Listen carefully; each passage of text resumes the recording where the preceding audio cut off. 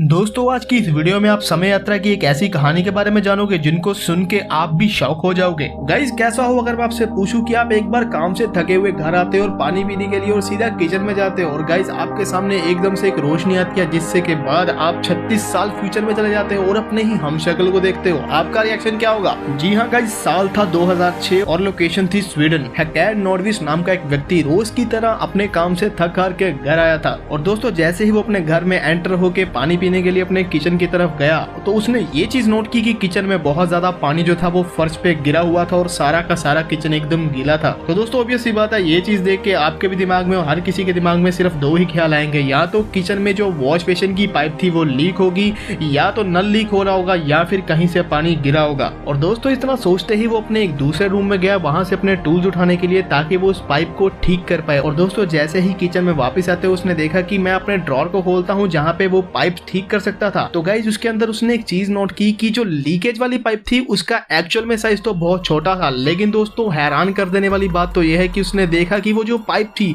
वो इनफाइनाइट अंदर जाती जा रही थी, जैसे कि उसके उस ड्रॉर में किसी ने एक अलग दुनिया का पोर्टल खोल दिया हो। दोस्तों उस इंसान ने अपने एक इंटरव्यू में यह भी बताया कि वो जगह कुछ इस तरीके की थी जैसे वो एक गुफा हो, और दोस्तों क्यूरियोसिटी के चलते वो उस गुफा के अंदर एंटर होना शुरू कर दिया और सीधा जाता ही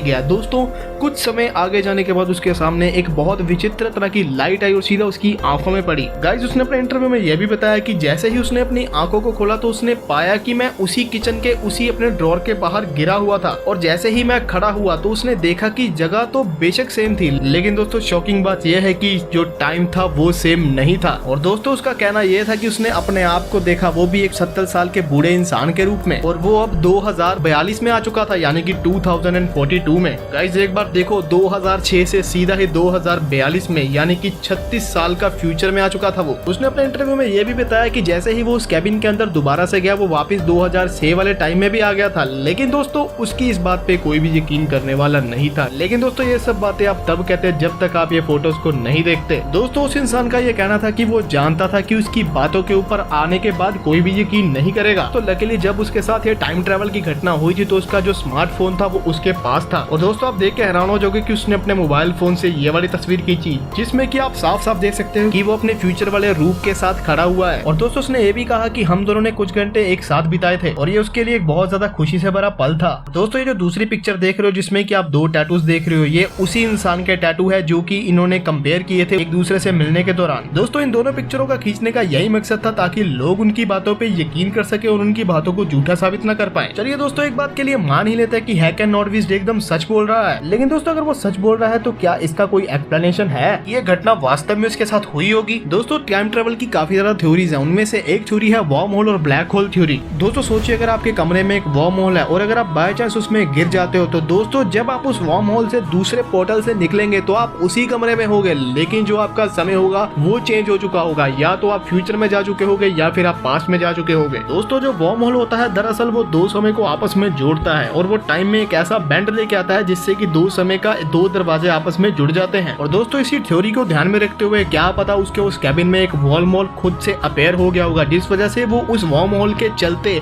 अपनी ही जगह पे था, लेकिन उसका टाइम बदल चुका था और वो कुछ साल फ्यूचर में जा चुका था। दोस्तों आप इस कहानी के बारे में क्या सोचते हो हमें कमेंट बॉक्स में लिख के जरूर बताइएगा।